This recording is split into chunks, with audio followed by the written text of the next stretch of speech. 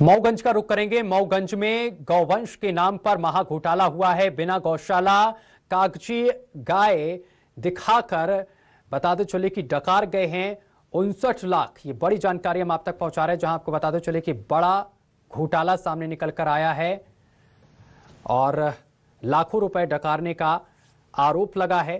निर्माणाधीन गौशाला में 59 लाख से अधिक का घोटाला सरपंच मंटू कोल को सौंपा गया है। गौशाला का संचालन बताते चले कि गौवंश की देखरेख, चारे और भूसे के नाम पर लाखों का भुगतान। गौशाला काम पूरा होने में करीब 6 महीने और लगेगा, ये ग्रामीण की तरफ से कहा गया है। बताते चले कि ये बड़ी जानकारी हम आप तक पहुंचा रहे हैं। विधायक प्रदीप पटेल, विभाग के डिप्टी डायरेक्टर ने किया है निरीक्षण के दौरान मौके पर मिली सिर्फ 22 गायें। पोर्टल पर 611 दर्ज। निरीक्षण में नहीं मिला है गौवंश, फिर भी जारी होती रही अनुदान राशि।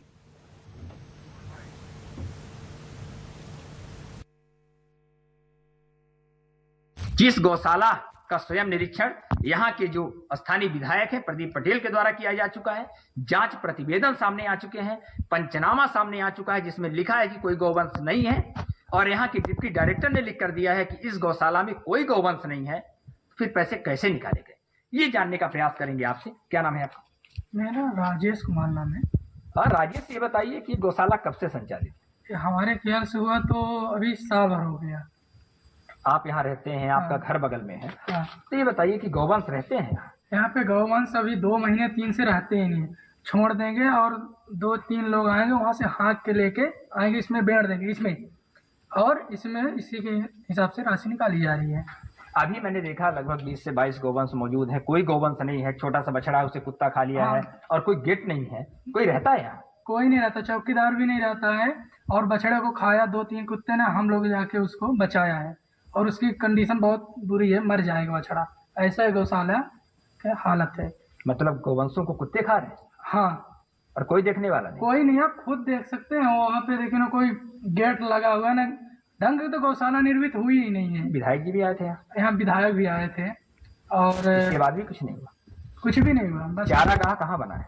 चारागाह उधर बना है, तो उसमें भी गेट नहीं लगा है। तो चारागाह में 4.5 लाख की रिकवरी है, तो चारागाह मतलब अपूर्ण बना हुआ है। हाँ। तो चारा भूसा कहाँ रखते हैं ये लोग? चारा भूसा उसमें रखा है, बहुत तो नहीं है, करीब होगा 10-15 टाली। एक चीज बताइए, जब गौशाला बनी ही नहीं है तो गौवंश क्यों रखे जा रहे हैं? कुछ आपको लगता है? आप लोगों ने शिकायत भी की है? शिकायत में क्या करेंगे हम लोग, करके बहुत करेंगे तो शिकायत ही करेंगे। वो लोग कहाँ से पैसा निकाले, कैसा निकाले, वही लोग जानेंगे। कुछ समझ नहीं आ रहा है, क्योंकि 60 लाख रुपए निकल चुका है गौशाला चालू करवा के, इसमें कोई तो बना ही नहीं ढंग से गौशाला, तो चालू गेट नहीं लगे हैं। आप खुद खड़े हैं जहाँ, देखिए गेट नहीं लगा हुआ है। ये हम लोग ऐसा बना के रखे हैं, बहुत सरपंच को बोला जाता है, और तो उप सरपंच को तो बोलते हैं, बस होगा काम। जब जिस गौशाला में पहले से वसूली अधिरोपित है और गौशाला का काम अभी भी अपूर्ण है, निर्माणाधीन है, उस गौशाला में गौवंशों को रखकर 60 लाख रुपए निकाल लिए जाते हैं। आप इसे सही मानते हैं क्या? सही नहीं मानते, मगर ये मानते हैं कि गौवंश हम चरा रहे थे। पिछले साल में चराया था 1 साल। हम चराने की बात नहीं कर रहे हैं, गौशाला में रख के गायों की सेवा करने की बात कर रहे हैं। जो सरकार अनुदान देती है हम उसकी बात कर रहे हैं। ये बताइए गलत है कि सही है? मवेशी रखें तो सही है, अगर नहीं रखते तो गलत है। जो छत अभी बन रही है उस छत के नीचे, मेरी बात को समझिए, अभी निर्माणाधीन है, 2 महीने पहले आवाह का काम शुरू था, हमने इसको देखा। पिछले पीछे वाली था, आगे वाली चालू है। आगे वाले में भी 2 महीना पहले निर्माण कार्य चालू था, उसका वीडियो हमारे पास मौजूद है। हम लोग गए थे वहाँ 2 महीना पहले जब निर्माण कार्य चालू था, तब तक तो वहाँ 50 लाख रुपए निकल गए थे। ऐसा ही था ना? मतलब ये गलत तरीके से संचालित है, आप मानते हैं इसको? मैं नहीं मानता भाई, मैं गौवंश तो मैं बेचे थे।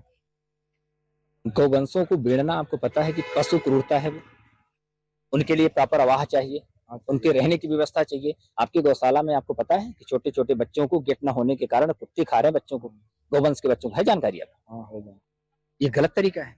गलत है भाई, चौकीदार है वहाँ। मैं कल दीवा गया था तो फोटो भेजा था, मैं डॉक्टर को बुला के दवाई कराया। तो और गौवंशों को भी कुत्ते खा सकते हैं? गेट तो है नहीं, कोई सुरक्षा तो है नहीं, जंगल में गौशाला है। 2-3 दिन के अंदर कंप्लीट।